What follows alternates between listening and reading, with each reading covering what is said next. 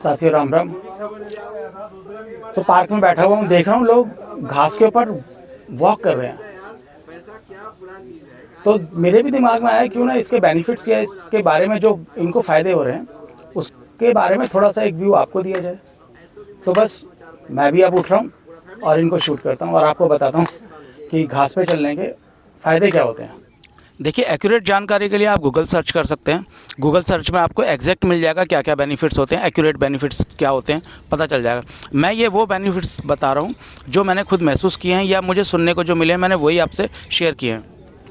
और इसके साथ मैं लोगों के विचार जो हैं, जो उन्हें महसूस हो रहा है, वो मैं आपसे शेयर कर रहा हूँ, तो आप वो भी सुनिए। आप टहल रहे थे अभी घास के अंदर, क्यों टहल रहे थे, क्या महसूस होता है आपको टहल के? बहुत ही एनर्जेटिक फील होता है, फ्रेश फील होता है। इसलिए हम जो स्टूडेंट्स होते हैं वो रात को और दिन में स्टडीज ज़्यादा करते हैं, जिसके लिए हमें सुबह मॉर्निंग वॉक पे हम आते हैं, उसके लिए हम घासों पे भी चलते हैं ताकि हमारे पैरों की जो नमी है वो बनी रहे और हमारी आंखों को भी फ्रेश फील होता है। घास में नंगे पैर चलने से आपका स्ट्रेस दूर होता है, आपको रिलीफ मिलता है।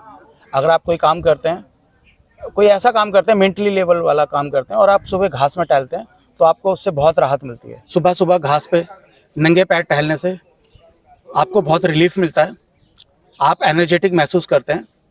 आपको ऐसा महसूस होता है कि दिमाग पे कोई जो रात भर आपने काम किया या कल काम किया है, जब आप सुबह नंगे पैर घास पे टहलते हैं तो आपको उसमें बहुत राहत मिलती है।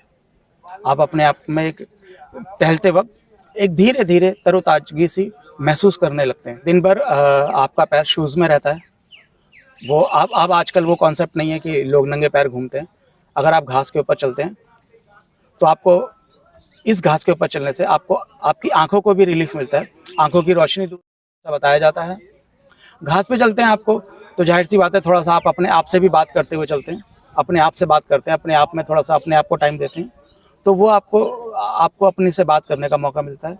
दूसरा, जब आप घास पर टहल रहे होते हैं आपको विटामिन डी की भी कमी महसूस नहीं होती है, क्योंकि वो भी आपको भरपूर मात्रा में कुदरत से मिल जाती है। वो लोग जिनके पैर दिन भर शूज़ में रहते हैं या वो लोग जो नंगे पैर अब चलना जो भूल चुके हैं, अगर वो सुबह घास में थोड़ी देर के लिए भी पैदल चलते हैं, नंगे पाँव चलते हैं, तो उनको बहुत रिलीफ महसूस होता है। वो महसूस करेंगे कि हाँ, हमें कुछ महसूस हो रहा है। उनको कुछ रोगों से लड़ने की शक्ति भी आ जाती है, क्योंकि घास की जो नमी होती है और जो मिट्टी होती है वो आपको आपके पैरों को या पैर के तलों को वो ऐसा कुछ रिएक्शन देती है जिससे आपको एक नई एनर्जी महसूस होती है। जब आप घास पे वॉक करते हैं, नंगे पैर में वॉक करते हैं, तो उसके वॉक करने से ना आपका जो हेड होता है, सर होता है, उसके अंदर भी आपको एक ताजगी महसूस होती है। वो उसकी ठंडक जो है ना वो वहाँ तक जाती है। तो लेकिन वो लोग भी अवॉइड करें जिन लोगों को जुकाम की शिकायत ज़्यादा रहती है, तो वो कृपया उसी घास में चलें जहाँ पे ओस ना हो। जिन लोगों को ये शिकायत रहती है कि उनकी बॉडी का तापमान बढ़ा हुआ रहता है, सर गर्म रहता है, अगर वो कुछ देर घास पे नंगे पैर चलें और वॉक करें तो वो कुछ दिन बाद महसूस करेंगे कि उनकी ये बीमारी भी जाती हुई प्रतीत होती है। उनको अपने आप में बहुत रिलीफ महसूस होता है। आप कभी आजमा के देखिए और कमेंट कीजिए कि हाँ, आपको मेरे इन बताए गए सुझावों से आप सहमत हैं या नहीं हैं, क्या आपको इससे आराम मिलता है या नहीं है। और ये सुझाव मेरे नहीं हैं, जो मैंने सुने हैं, जो मैंने पढ़े हैं, वही मैंने आपको बताया है। बस आपके सामने नए रूप में आ रहे हैं। लोग तो ऐसा भी बोलते हैं, बताते हैं कि घास पे नंगे पाँव चलने से डायबिटीज़ भी कंट्रोल हो जाती है। हाँ, ये हकीकत है कि आई दृष्टि में बहुत इजाफा होता है।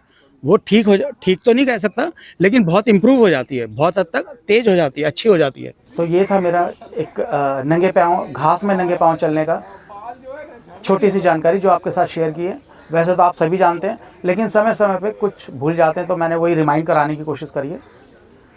बाकी अगर आपको इससे फ़ायदा होता है तो कृपया कमेंट करें। ये वीडियो अगर आपको अच्छा लगा है तो कृपया इसे लाइक करें, सब्सक्राइब करें, शेयर करें।